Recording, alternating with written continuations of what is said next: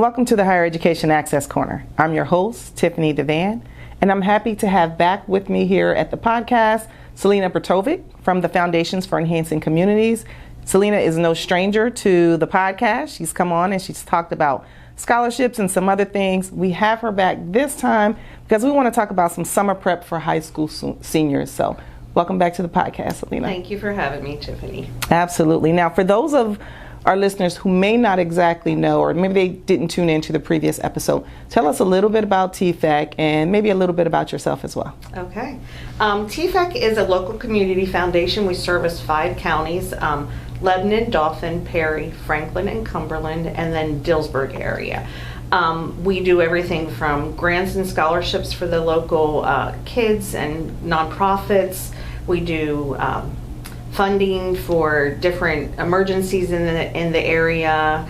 We can manage your books for you if you are a company and you're smaller, and there's a huge array of services offered through TFAC. My specialty has been in scholarships. I've worked in that for over 10 years. I worked first at CD High School and was able to learn a lot while I was there about where to find scholarships and how to apply and how to help students best to support them in that journey. I've been at TFAC now just shy of 3 years as a program officer for educational opportunities there, and we offer over 190 local scholarships to the students in the Central PA area. Perfect, and I think I met you at CD High School when you were at CD High School, so it's been some time now. And I think you are one of the best people to have this discussion on how students can kind of prepare for their upcoming senior year and what they can do to tackle some things in the summer with that. Because not only did you work at CD High School, you're also a parent and you've gone through this process with your children as well. And so also in this capacity with the scholarship, so you've kind of been on several different levels, wear several different hats. So I think you are a great person to have this discussion with. Because it is summer break. Students are preparing for the upcoming school year, and we know most of the time students kind of want to just veg out, not do very much. But we still have plenty of time left, and in order to make their senior years a little bit more fun and laid back and easy going for them, take some of the stress off of the things they have to do, we kind of think summertime is a great time to get a head start on some things. In your opinion, what would you say are some things that high school students can do? So first of all, I would recommend creating a timeline for the year, because it is very easy to get quickly overwhelmed with all that you need to do as a senior. So over the summer, you're going to want to think about creating maybe a spreadsheet with any scholarships you're interested in applying for and the deadlines, and do they need supplemental materials or letters of recommendation. You also want to visit schools now over the summer so that you can kind of lock in your school choice and make sure to visit every school that you're interested in. I think that's a huge thing that a lot of students overlook, and then sometimes they go to the school and they don't feel it's a good fit for them. So make sure to visit, feel what it feels like on the campus, talk to the financial aid office, see what kind of scholarships they're willing to give you. That is a bargaining tool that you have, especially for good students. If you have a good GPA, you can often ask for a higher amount of academic scholarship, if it's especially a private school. But even the state schools have started to do some nice scholarships for students. Go ahead. I was going to say, do you find with a lot of the students that you interact with when they're heading into their senior year that they really have a handle on what schools they're interested in or even their majors? So I would say most of them have a good idea for majors. But if they don't, I would, again, talk to your counselor, do some research on your own, look at majors that if your class is in high school, if there's something that really stood out to you as a class that you enjoyed, look into that as a major, as an option. Talk to people in your community, that you admired and what they do. But if you can nail down those items before you get into the heat of the senior year, we'll call it, you're ahead of the game, and it really does help you for things to go more smoothly for you. As far as the schools, a lot of schools have like open houses over the summer. Mm-hmm. So if you have interest in a school, look up on their website to see if they might be doing an open house for a potential new student day. It's a great way to tour the campus, talk to other students. The tours are usually led by current students, and get some inside scoop of what it's really like being on that campus. And I think also what helps is to kind of make a list of what you really want in a school. Because what's a good fit for me may not be a good fit for my friend, may not be the same fit for a sibling, and also for that person who, your family, there's a legacy of alumni that went to a certain school, and the expectation is that you're going to go there as well. I always tell students, you got to figure this out on your own, because that might not be the best choice for you. Maybe you're a student that wants to be on a large campus. You don't want that small campus intimate feeling, or vice versa. You got to choose that school. Also write down what are your specific needs when you're thinking about you being a student, especially if you're going away. What are you going to need? Are there any certain academic requirements you have? Do you need a tutor? Did you used to have an IEP? What is going on in your academic life, emotionally, mentally? Are there support services that are there for you? I think all of those things should be written down as well. And even if the student can't get to the campus immediately over the summer, check out their websites to kind of narrow down as well. Go to their websites. A lot of them have virtual tours. Since COVID, almost all of them now give you a virtual option or more options than what they used to give you. So I think that helps as well. But taking that list around to kind of say, I need this, this, this, this, and this, and if that school doesn't have it, that might not be your choice. Now, I also say make a wants list. So you have the schools that you're looking at, you need to have this, but this is what I want. So if you can have your needs and your wants met, that's great. If you can't, make sure that they actually get the things that they need taken care of. And I think summertime is the best time to do it, because you don't have the stress of all of the other duties and tasks and assignments. Right. For those who are involved in sports and activities, you don't have to worry about quite as much with training and things like that going on. You were also mentioning like letters of recommendations, essays, things like that. I always personally think that summertime is a great time to start those as well. When we're talking letters of recommendations, one of the things I always say is students need to really think about who it is that they want to write that letter of recommendation, and ask them, will they write it? And make sure that they're choosing someone who knows them, because for a letter of recommendation, it's someone who's going to speak on your behalf, who understands who you are, knows your character, and they're vouching for you. So you want to make sure you're choosing the right person. And then I always say, ask them how much advance notice they need to provide that letter of recommendation. That's Can I out there. add something? Absolutely. Yeah. So I would also highly recommend that you ask for, or that you provide them a resume, just a high school resume, what your involvement was, what kind of volunteerism you've done, if you've worked. If those kind of things are added into a letter, it's more impactful for us at the reviewing the scholarships end. And if we can see somebody actually knew the student and what they were involved in. I think that's really beneficial if you can do that. And I'm going to back up just a moment to the school choices. When Tiffanie talked about my personal experience, one thing I can share with you is I went to a college first that did not have my major, because I always wanted to go to school there. And so when I say, I speak from experience, I wasted 2 years of my life and a lot of money going to a college that did nothing to prepare me for my future. And I ended up going to another school to graduate from there then. So, make sure the school you're going to has your major, and it is going to be a stepping stone for you. If you're even planning to transfer down the road, make sure the classes that you take will transfer, and that it will be something that isn't a waste of time and money for you. Agreed. Now, if you don't mind me asking, you said you spent 2 years there. What made you stay there so long? Was it fear of changing? Well, I was young. I was 17 when I went to college. I was young, and I think I was the first one in my family of 5 children to go to college, so it was inexperience, and parents didn't know how to help me because nobody had ever done it prior to me. So I think I loved the school. I loved what was going on there. I loved the friends I made. It just didn't help me in my future, or maybe in life skills, things like that, but not as far as propelling my career. So I just think it's valuable to know that your school has your major, right. That it's a strong school for that major. If you want to do nursing, you look at, locally we look at York, we look at Penn State, we look at Messiah. Those are really strong nursing schools.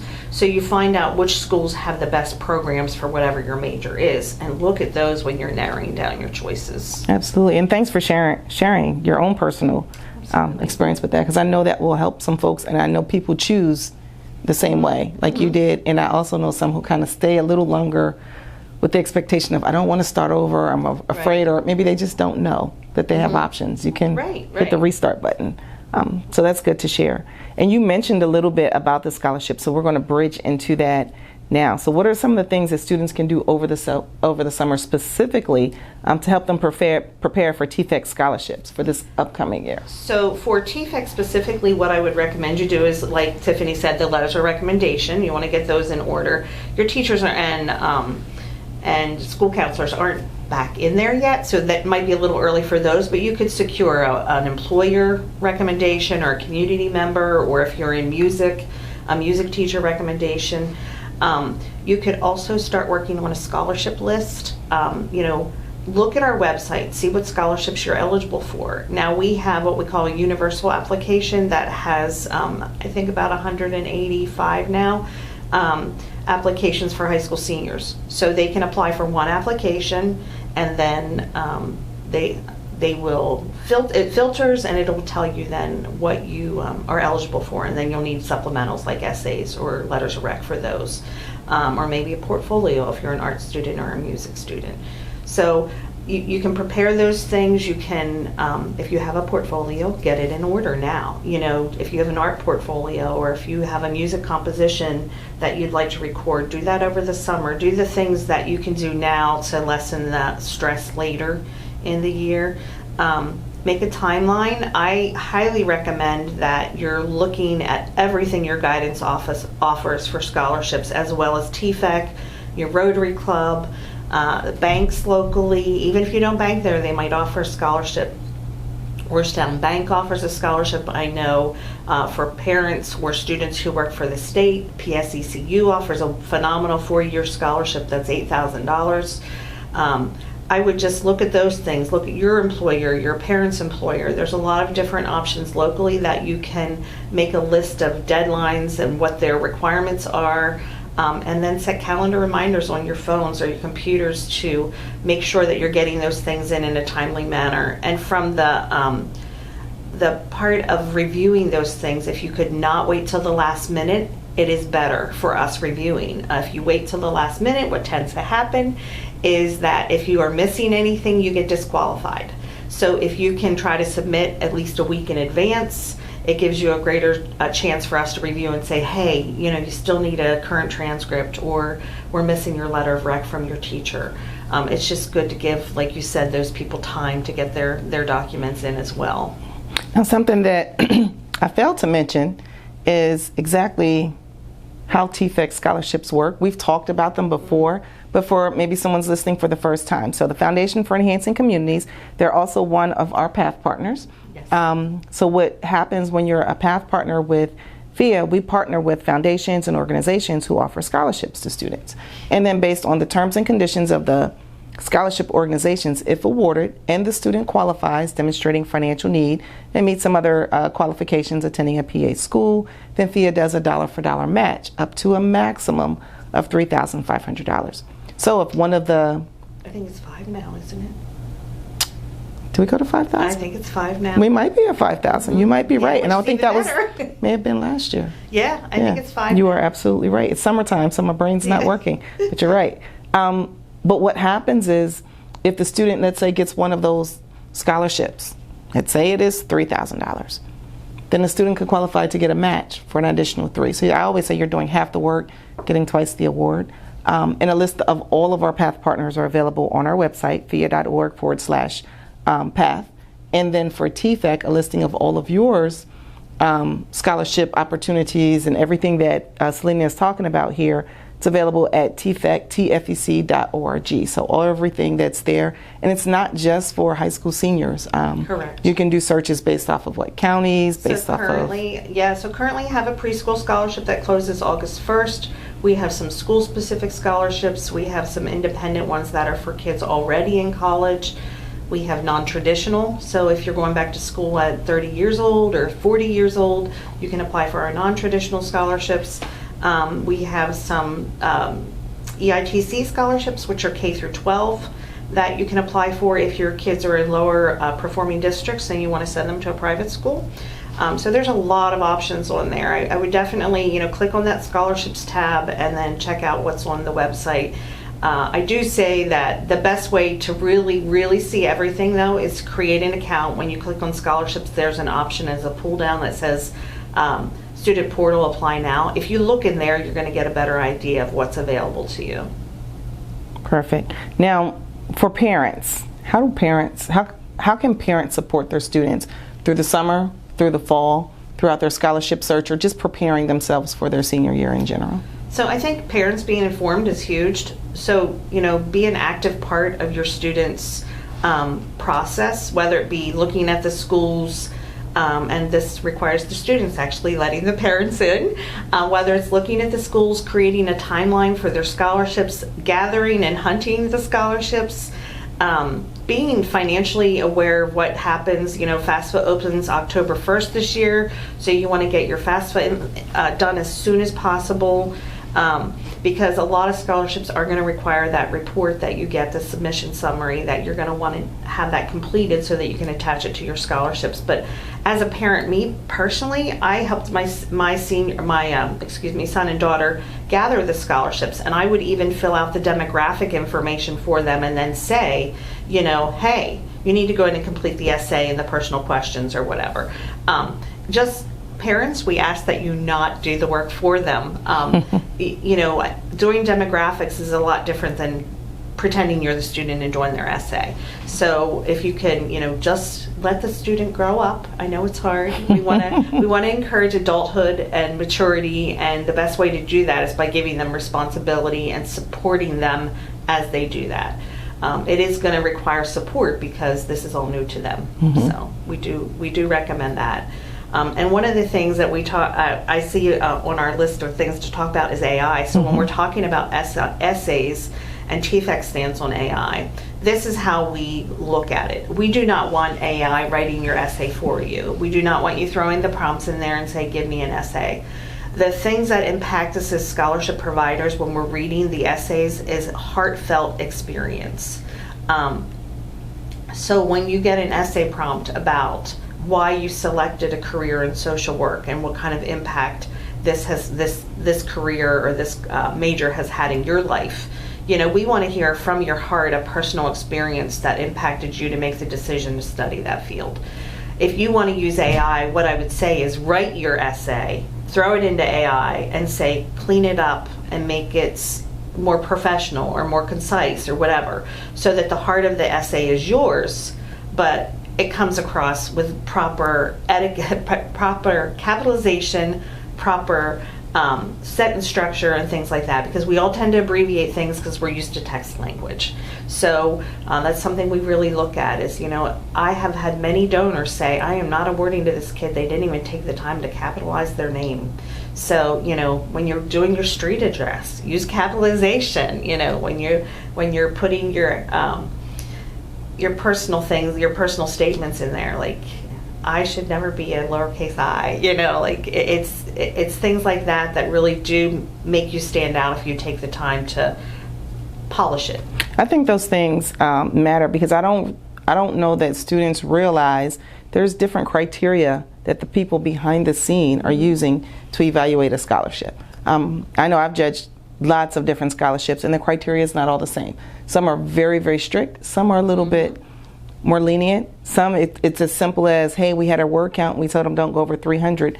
We have 302 words. They toss it out. Didn't matter how great the content was or how great the student was or how much their financial need, the financial need that they had, if it would have made an impact if they got the scholarship. They're like, no. While others are kind of like, we'll take a couple points off, but we won't eliminate them. So following the rules when they're doing the scholarships, I think one of the best things you can do is read the instructions. It's kind of self. Most of the time you're thinking, oh, that's self-explanatory. You don't have to tell them that. Nope. Read the instructions and follow them to a T. Know what the qualifications are. Know what they're telling you to do. Mm-hmm. If they're saying upload your transcripts, upload this, upload that, do so. Make sure no screenshots. So whatever it is that they're asking, sometimes that can eliminate someone, or it could cause them to be scored a little more harshly simply because they didn't follow the rules or didn't do what was required. So I'm glad you pointed that out as well. So let's go back to AI a little bit. What's your personal opinion of AI? So I didn't think a lot of AI until I took a course with the National Scholarship Providers last year, and I went to a 4-day conference with them, and one of the sessions was on AI, and I was like, what do I do with AI in a scholarship world, because it's kind of a nightmare, and we 2 years ago, our committees, some of them started running essays through AI because they had tech people in their committee, and they wanted to see. And we had to disqualify several students because they had such a high percentage of AI in their essays. And like, I'm talking high, like 80% or more. And so I went to the conference with kind of a really negative attitude. And obviously I'm a little bit older than, a lot of my peers who were in their 20s and 30s. And so I go to this conference and there's a room full of people all excited about AI. And I'm like, oh, I don't know about this AI stuff. I left that conference a convert for certain parts of AI, because I feel like in my professional world I can use it to clean. I'm fast. I do things fast. My brain works fast, my mouth works fast. So when I'm typing something, I sometimes forget the niceties, or it's not as polished as it could be. So I'll throw it into AI and say, clean up and make professional, and it comes back sounding wonderful. So I think there are uses for AI. I think we have to be cautious when using it, because in this realm, again, we want the personal input. We want to know that it's your work and not the computer's work, and that's a big caution. But at the same time, in my era, we used research through World Book, encyclopedias, which I know the younger people don't even know what that is. Or we went to the library and microfiche or microfilm, this is where technology is. This is what the kids are using. This is what they're experienced with. And so I think that we have to be trying to go along with the changes, but within parameters that we've set. It's growing on me. I kind of felt like you felt in the beginning, but I feel like this is where the world is headed in AI. So you have to find a responsible way to use it. And again, you can't pull everything into AI. Right. You can't use it for 80, like you said, 80%. And I think the more students rely on it, the less they learn how to write and interact. And you need a certain set of parameters. Parameters that are there. So it's growing on me as well. I'm actually open now to learning a little bit more about it. I keep thinking that might be a good podcast topic one day down the line for me. Yeah, I think for rewriting policies, or this year, in the past, we sit down as a team and we'd say we want our instructions to be more clear because students get confused by them. So this year, as a team, we used AI to make our instructions more clear, and honestly, it does a better job than any of us would have done for something like that. I'm not looking to take anybody's jobs. I don't want to, minimize things to the point that we're not using our brains. That's why we've set the parameters, that we want to see your work, your story, but it can be clean and polished because that's going to be more impressive to the reader. So I think it's using the tools available to the young people now, but in a responsible way. Good way of putting that. Now, we are talking about AI, and I do know there are some folks who wait till the last minute to get things done, or you're procrastinators. So they'll just say, I'll plop it all into AI and we go with the flow. So in the various capacities that you've worked, I know you see students who procrastinate with a lot of things. Do you know what are some of the common tasks that they hold off on that they could probably take advantage of over the summer? Whether it's an essay, do they just not like doing the essay, or they wait till the last minute to do?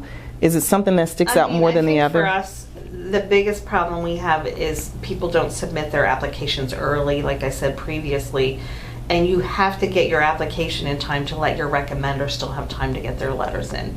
If you submit your application on the day it's due and it requires a letter of recommendation, now you've just excluded your application, because we have to allow that recommender to get in by the same time. And I've had kids submit at 11:54 when it's due at midnight. So, I don't think your recommender's going to get a letter in 6 minutes. And they won't be able to get it in after the deadline. So things like that, just, I think it's, again, good time management. We're all on our phones. We're all checking out social media, texting our friends, playing video games. So, instead of doing all those things, maybe put your phone down a half an hour every day and work on your scholarships, or try to make a goal of one a week. When my kids were in high school and seniors, I said, I want to see one complete every week. And they're like, Mom, that's ridiculous. I'm like, it's not. But Tiffanie knows my story. Both my kids went through college without a dime borrowed. And I'm proud to say that I helped them. I gathered as many scholarships as I could, and I just kept throwing them at them. But they weren't happy then, but they're happy now because they have no school debt. And we have no school debt, and we plan to help them, but we wanted them to have skin in the game.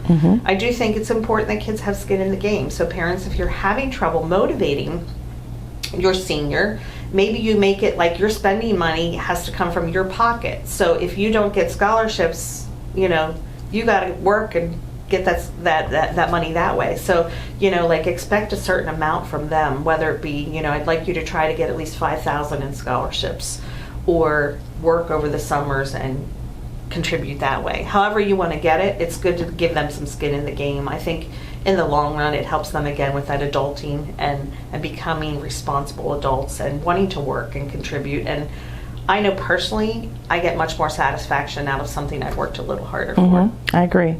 And you've mentioned this earlier, I'm going to reiterate it again. For the student that is a procrastinator, for the parent who's trying to motivate them to get it done and they do not do it, for the parents, don't do it for them. Please. Don't. You notice, and it's funny because you can see the way certain parts of an application are written, and then there's a shift. The student probably didn't write this. Right. And you've kind of mentioned that kind of lessens the impact, where knowing you've earned this scholarship, or you've done this, and just for us, it can be a way to be disqualified. If we know that your parent did your application and it's evident. When I get an email from a student, that is the parent's email address that's in the application, and I say, oh, we really recommend that you have the student doing this. A lot of people say, oh, they're using my email. Come on, I wasn't born yesterday. Let's be responsible. Let's teach them good habits and good skills, and we really support that, and we hope that as parents, that's what you're supporting for them. So, again, accountability. Like, if they don't want to do the scholarships, make them responsible for something else. If you want $80 a week in spending money, I'll give it to you if you do, 2 scholarships a week or a scholarship a week or whatever, and quality. Quality is huge, just doing them just to do them. There's a lot of scholarships out there that you can click a button basically and submit, and you're competing against thousands of people. You want to find those local scholarships, TFEC scholarships, your Rotary, the local businesses, Giant, Subway, Burger King, McDonald's, these companies, Hershey, all have scholarships. So apply for those scholarships. Don't compete with thousands of people. Compete with maybe hundreds or even less. Especially if you have an unusual major, like the automotive industry. We have several scholarships that we pull teeth to get applicants for. The other thing we have is a lot is home building. We have the Home Builders and GEM scholarships, and both of those, it is hard for me to get applicants. So it's hard to give away free money. It is sometimes hard to give away free money sometimes because of the lack of motivation. So figure out a way to motivate them. They're your kids, Hey, give me your phone for an hour so you can go complete your scholarship. Or, if you want to go hang with your friends Saturday night, great. Finish your scholarship Saturday afternoon. It just takes a little bit of discipline and structure sometimes. And I think once they start winning, they get more excited about doing it. And it's like, oh, this is cool. You work a summer job and you might save $1,500 or $2,000 if you have a really good job. But if you do a scholarship that takes an hour and you win $1,000 and you can do 5 or 6 of those in a couple weeks' time, that's pretty good. I'm not saying you're going to win every one. I tell students plan to apply for 10 to win 1, and that's again quality. That's putting effort into it and cleaning it up and making sure you answer every question on the application. Don't write NA. Find something to put in a block. For TFEC scholarships, we have extenuating circumstances question. That can be anything from, I have a single parent that is raising me, to my grandma lives with us and she's ill, so it's cost a lot of extra money to have care in the home for her, or my dad lost his job last year. or I'm working to pay for my own college because my parents aren't in the position to pay for it. Anything that relates to your financial status as a household, put it in that question. Don't put an NA. Every student should have something in there. Every student has something going on in their household that requires them to need money. Even if it's, I'm going to a $60,000 a year college and my parents are only going to be able to help me $20,000 a year, you know, because we don't want to discourage kids from going to those other colleges, but you also need to select a college that you're able to afford without putting yourself in extensive debt. I totally agree with that.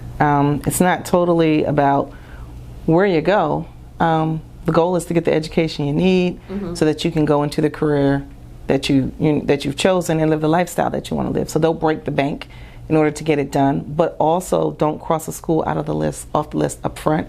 Utilize all your resources, exhaust every opportunity for the free money first. So I think all of that is good advice that you're sharing. I told everyone already the website, tfec.org. So in addition to the website, are there any additional resources that you're aware of or sites that you're aware of to help students, parents, or even anyone just listening in? I mean, I think if you need help, I would heavily lean on your counselor at high school. The senior counselors are well equipped to help you with scholarships. The guidance secretaries often will have a list of scholarships that your school is eligible to apply for that no other schools can apply for, which, you know, that's something you need to pay attention to. Those are your gold right there. You know, the scholarships where, you know, are specifically for the students in your high school and you think, oh, there's 1,000 students here. Well, consider that 250 of them are seniors and probably 20% of those might apply and maybe 10% of those complete their application. So you're down to like 5 people you're competing against.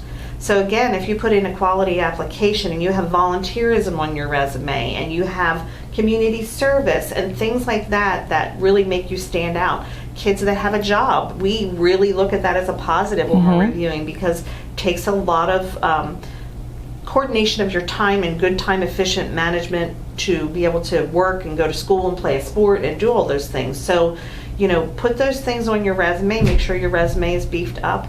But do those scholarships at the high school level, because they are a great opportunity for you to start winning and then branch out to those other places locally.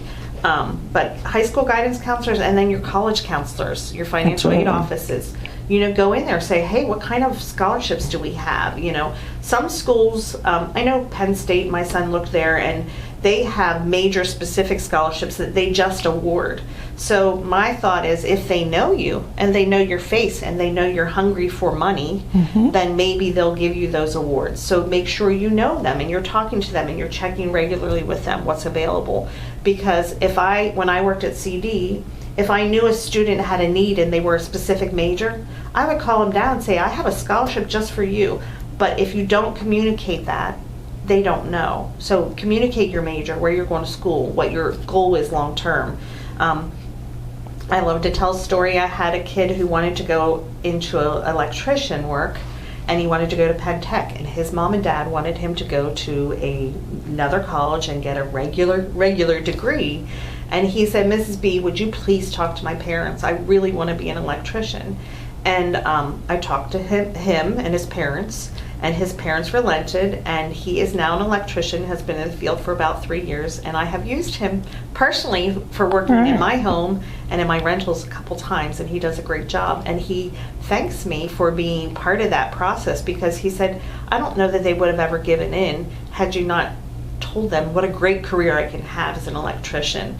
You know, we need all careers, not just the college ones. We do need those technical careers also. So if college is in for you, you know, it's no big deal. There's a lot of certificate programs. HAC has some great local programs. We have Penn Tech close and Thaddeus Stevens. There are a lot of options. Empire Beauty School. You know, there's a lot of scholarships that we can still give you, even going to those tech and certificate programs. And I'm glad you mentioned that, because even though we talk college all the time, I really like the term post-secondary school. So whether it's a business school, technical school, trade school, community college, 4-year school, there's free funding available that's out there. There's financial aid that is available. So I'm glad you mentioned that. And like you said, every student is not going to be boxed into, hey, they're going to go and get that 4-year degree. So be open to opportunities, be open to the options. I think a big part of what I gathered for us when we're talking summer tips are create a schedule, do your research on the schools, on the scholarship programs, on those deadlines that are out there. Make sure you're completing the financial aid applications that are out there, whether it's FAFSA, the Pennsylvania State Grant, PA TIP, whatever that looks like. Don't forget to go to tfec.org for the applications. You all's applications open up in the January 1st, so it'll be January 1st, 2026 when they actually open up, but you don't want to wait until January 2026 to start the process. So start now thinking about your letter of recommendations. Who can you ask to write them? Knocking out that scholarship essay, or just a personal statement up front. Start working on that over the summer, because a lot of students procrastinate with that and they'll skip over the essay. Get a head start on it. Use AI as something to just complement the work and polish it off. Don't get it all done through AI, because it might discount you from that opportunity. Anything else that I missed that you'd want to talk about? No, I think that covers it all. All right. Yeah. I think we did pretty good with this. So once again, Celina, thanks for joining me here today at the podcast. Thank you for having me. And for our listeners, thank you all for joining us here at the Higher Education Access Corner, and we'll see you soon.